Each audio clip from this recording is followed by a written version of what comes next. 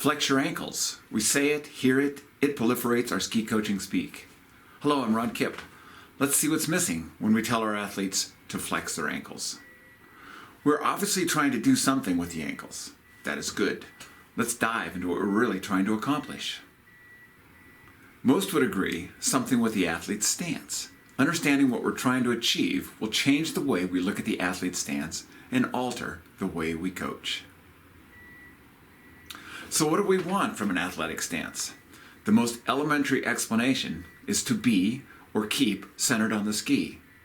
While we could go into a three-dimensional balance explanation here, let's keep this simple and down to one plane of balance, sagittal or fore-aft.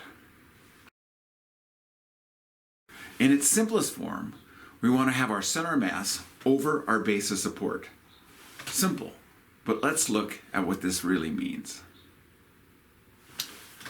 For the novice, that might mean just staying between the bindings. As the demand becomes greater, the skier responds by doing more with the ski, as in more along the length of the ski. This elite skier is not just standing in the center of the ski, but now moving their center of mass along the length of the ski, as in from tip to tail.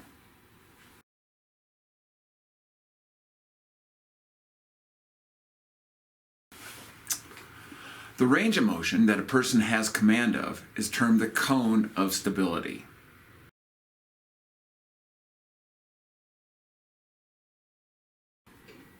The greater control an athlete has of this fore-aft balance, the larger their cone of stability.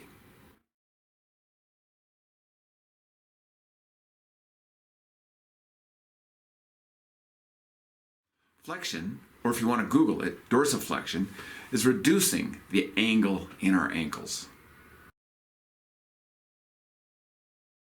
Why? Well, for starters, to put us in the center of the ski.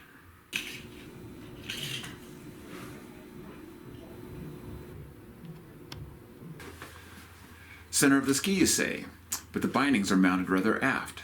That's okay, because our feet are rather forward-centric, meaning they stick out in the front.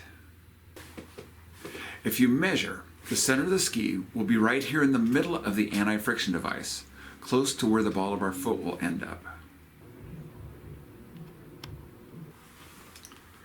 The ball of the foot is the anatomical and biomechanical optimal place where we are the most agile.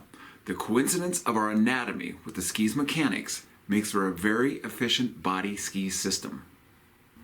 With the ball of the foot located in the center of the ski's length, the distance to the tip and the distance to the tail are equal. This means there will be the same amount of tip to rotate as there is tail. If you are going to drill a hole in an airplane propeller to rotate around, the center of the propeller's length would be a very good choice.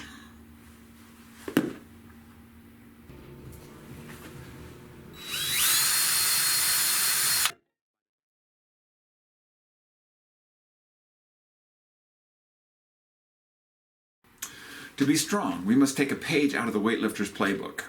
Lifting a heavy weight is not from the toes. The line of action from the bar goes through the midfoot, which is the center of pressure. And to withstand the greatest forces, the line of action lines up with or goes through the heel. This is the straightest line, where the bones are stacked in line or on top of each other.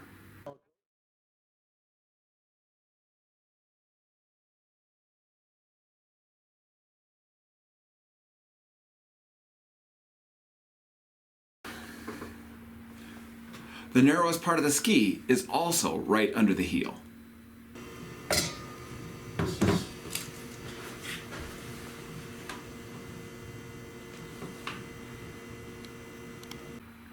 This is because peak forces build up in the center of the turn, coinciding with the highest edge angles. So to summarize so far, we flex or create dorsiflexion to achieve an athletic stance and utilize the tool. A stance that is initially balanced in the center of the ski and as skill level increases has the capacity to utilize more and more of the ski's overall length.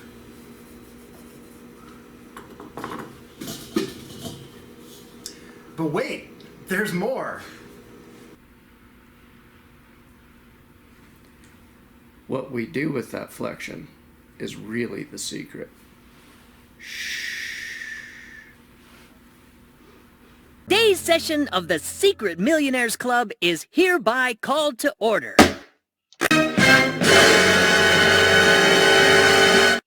So we know where we want to be on the ski, but how do we know how to achieve it? Flexing the ankles is the start, but by itself, it is not enough. Since we're focused on 4F balance, or the command of our center of mass over our base of support, our first goal is staying perpendicular to the ski, then having command of this fore-aft real estate. This comes from the ability to maintain and eventually adjust our center of mass fore and aft. How do we do that? The muscles of the ankle. Specifically, the innervation of those muscles, turning them on, creating tension, and just like it sounds, tensing the muscles, getting them ready for action. Without tension, we're not ready for action. The skier's ankle may be flexed, but without tension, what good is it? This is not unlike a sucker punch. If you haven't been on the receiving end of a sucker punch, you're missing a boatload of fun. Not really. Hurts like... The reason it hurts is that you're not ready for it. Boxers are expecting to get hit. Tension creates this readiness, anticipating the upcoming event.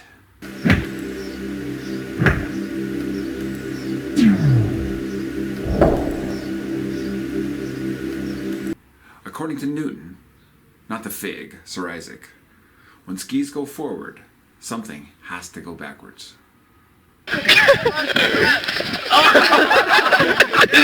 Every moment we ski, the skis are moving forward.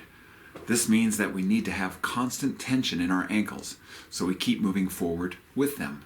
Finger on the trigger, so to speak. We do not have time to innervate or create tension after a problem appears. Flexion is a start, but there has to be tension. Boots have forward lean. They're designed to assist us with flexion or dorsiflexion, but that's all they can do. They're a lot like a table lamp. Looks nice, but unless someone flips the switch, they remain useless.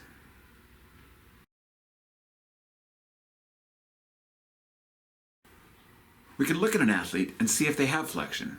We cannot see tension on the ski slopes, and it will not appear on video. If an athlete loses flexion, they most likely did not have the needed tension. In movement analysis terms, tension is the cause, flexion, or the lack of flexion, is the effect. As coaches, we need to coach to the cause. Teaching tension should be near the top of that fundamentals or basics list. It is the dynamic part of the stance. Without tension, the athlete might as well be sitting on the sideline, because that's what they'll be training for. Sitting. Why don't you show them some conditioning exercises? And pull. Good. And point your toes. Pull. Point your toes. Pull.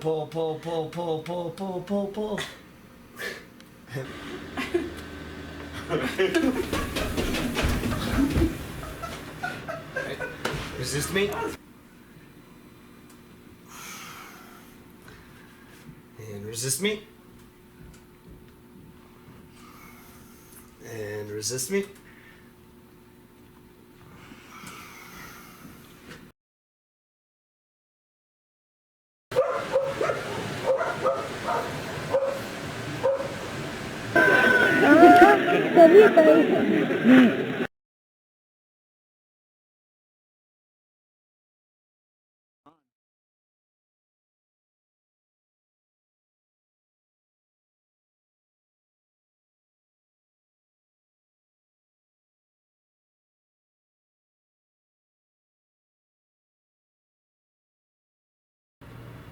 To create tension in the ankle, one thing I like to tell people is to imagine they're riding a horse.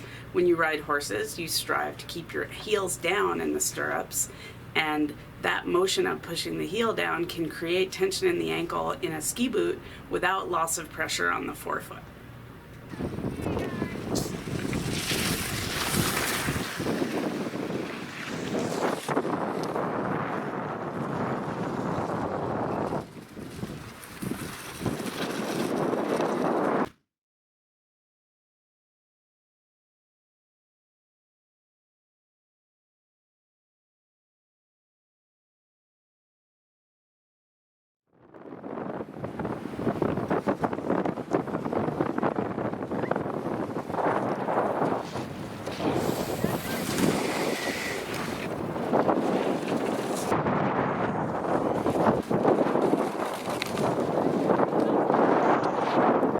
Tension. So somebody must have taken that off. Tension. No, 'cause Tension. we're doing our... Tension. But tension. Tension. I'm trying to figure out, so this afternoon, I don't think I can go to the... Tension. Sick. Tension. Yeah. Tension. Tension. Tension. Yeah, tension. Tension. Tension.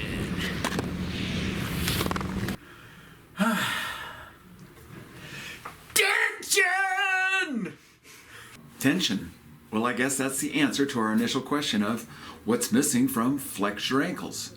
When you see an athlete in the back seat or with straight ankles, let's do more than just change what they look like. Let's add some tension to that stance. I'm Ron Kipp. Let's be the best.